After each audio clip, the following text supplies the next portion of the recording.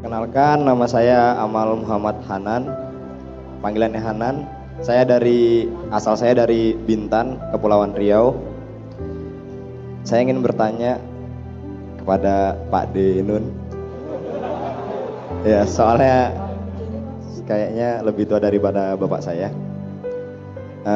Akhir-akhir ini saya tuh sering diskusi sama abang saudara saya terkait dengan krisis mentalitas Pak D. Jadi Pak D,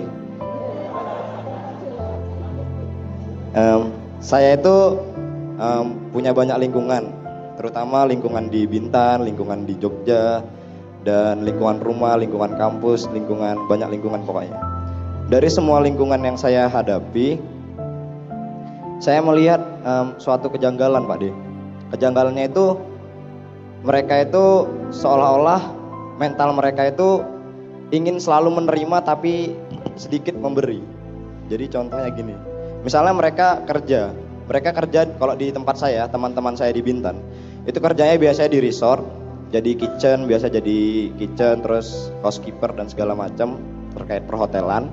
Nah, kalau misalnya ngobrolin masalah itu, yang mereka banggakan adalah apa yang mereka dapat, bukan apa yang mereka berikan. Nah, di situ saya mempertanyakan, maksudnya kenapa sih mereka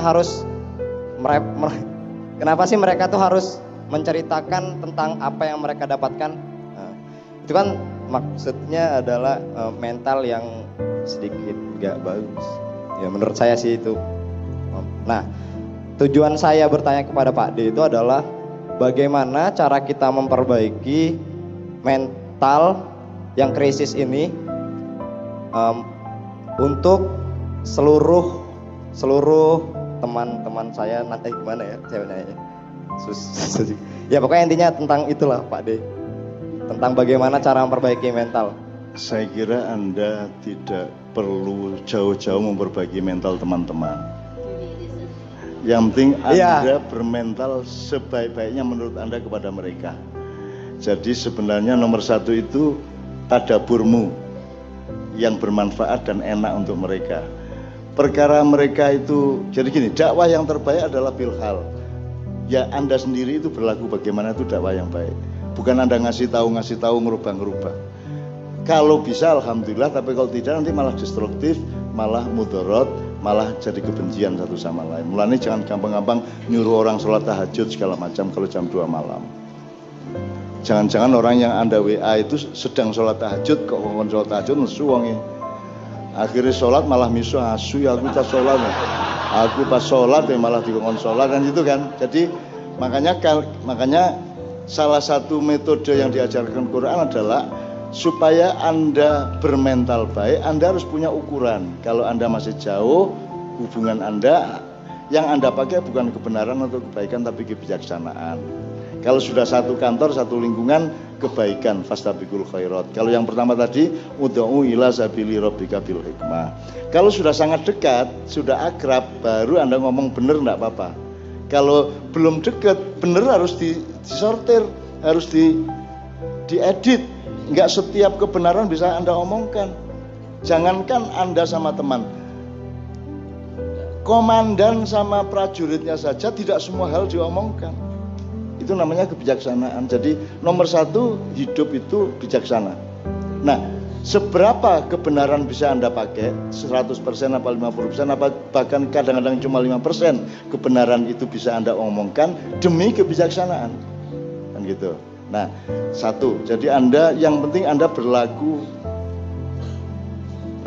bijaksana dan mental yang baik. Terus dikit, mental itu gini, ada komponen yang dipahami secara berbeda antar kebudayaan. Kemudian kita mengacu kepada Al-Quran. Kalau Anda mencari kata mental di Al-Quran tidak ada. Ya, yang ada itu akhlak, ya. Nafas itu diri dengan tekanan nafsu. Kalau akhlak itu perilaku. Jadi mental itu kira-kira adalah adonan atau racian atau dialektika atau pengolahan antara akal dengan hati yang belum menemukan ketepatan atau bahkan salah satu komponen yang negatif dominan. Itu namanya mental yang buruk. Jadi mental itu keluarnya adalah akhlak. Yang Anda keluarkan tadi akhlak ini cuma maunya menerima terus, nggak mau memberi, itu kan akhlak. Nah, di dalam akhlak itu, di balik akhlak itu, di belakang akhlak itu ada yang namanya kondisi mental. Jadi kondisi mental itu sebenarnya adalah bagaimana Anda mengelola 3 ini, Mas. Syahwat, hati, akal. Ini namanya misbah kalau di surat An-Nur, ini namanya zujajah, ya. Terus ini namanya nafas. Nah, ini kan ditaruh di tengah-tengah. Sebenarnya ini hubungannya sama Tuhan. Jadi kehendak Anda itu, Anda bagian dari kehendak Allah. Bahkan seluruh yang berlangsung dalam kehidupan itu sesungguhnya kehendak Allah. Tapi ojo diartikan bahwa Allah sama Anda berbeda. Ini harus dipahami dengan resolusi agak tinggi, ya. Tetapi hati manusia kebanyakan dipengaruhi oleh arus dari bawah, ya perut, ya syahwat. Biasanya hatinya mengambil keputusan berdasarkan pertimbangan perut dan pertimbangan syahwat. Nah, makanya kita disuruh gini, kalau misalnya ini ya, kue ndelok badang pitik, badang itu bangkai. Anda melihat bangkai anjing sudah bau, Anda langsung muntah kan? Langsung mau muntah, gitu ya. Anda harus tahu bahwa mekanismenya tidak semudah itu. Meripat Anda ngelihat bangkai, hidung Anda mencium bau busuk dari bangkai, dia lapor ke otak. Terus otak merumuskan, otaknya menawarkan kepada hati, diterima apa tidak. Hatinya bilang jangan diterima. Terus dia kembali ke otak, otaknya merentah kepada mulutnya untuk gitu. Jadi itu ada sekian jalur. Gitu loh, ada sekian jalur, DPR pusat, DPR daerah, wali kota, terus Sri Sultan, Ratu Hemas, mubeng itu. Jadi Mas, makanya Anda harus nyawiji. Anda harus berlatih agar supaya ada keseimbangan antara semua unsur tadi. Karena letaknya api di sini, Mas. Letaknya api di sini, di syahwat Anda. Itu letaknya api. Api itu tidak ada batasnya. Makanya orang sudah punya 10 triliun, dia tidak pernah cukup karena itu yang namanya syahwat. Api itu bisa membakar apa saja, dari satu pentol korek, bakar karpet, bakar gedung, bakar semua, bakar sak Panembahan, sak keraton, sak Jogja, sak dunia bisa terbakar hanya oleh api kecil. Karena api tidak ada volumenya. Karena api itu setengah rohani, makanya dia neraka, yang satunya surga. Nah, kalau air ada liter, kalau benda padat ada kilogram, kalau panjang ada meter dan seterusnya. Kalau api tidak ada ukurannya, yang ada ukurannya adalah suhunya, tingkat panas atau kehangatannya. Maka Anda harus berarti nomor 1 hidup adalah berperang melawan syahwat Anda. Ya, jangan berdiri sewaktu-waktu. Hanya berdiri gara-gara Pak. Gitu ya Mas ya. Nah, mental adalah dismanajemen antara 3 tadi Mas.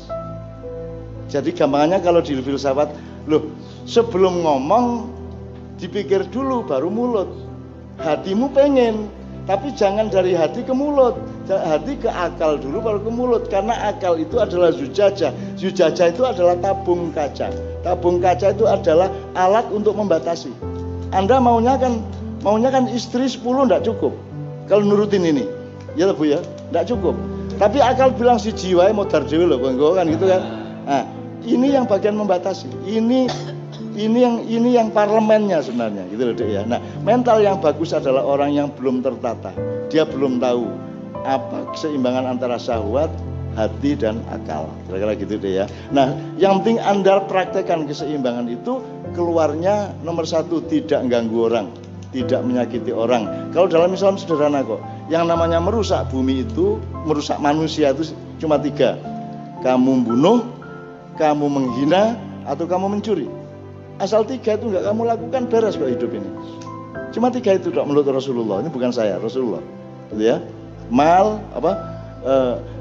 Membunuh, menghina, mencuri. Cuma 3 itu rusaknya dunia. Nah, kalau kepada alam baru fasad, baru menebang pohon tidak pada tempatnya, mengotori air, mengotori udara dan seterusnya.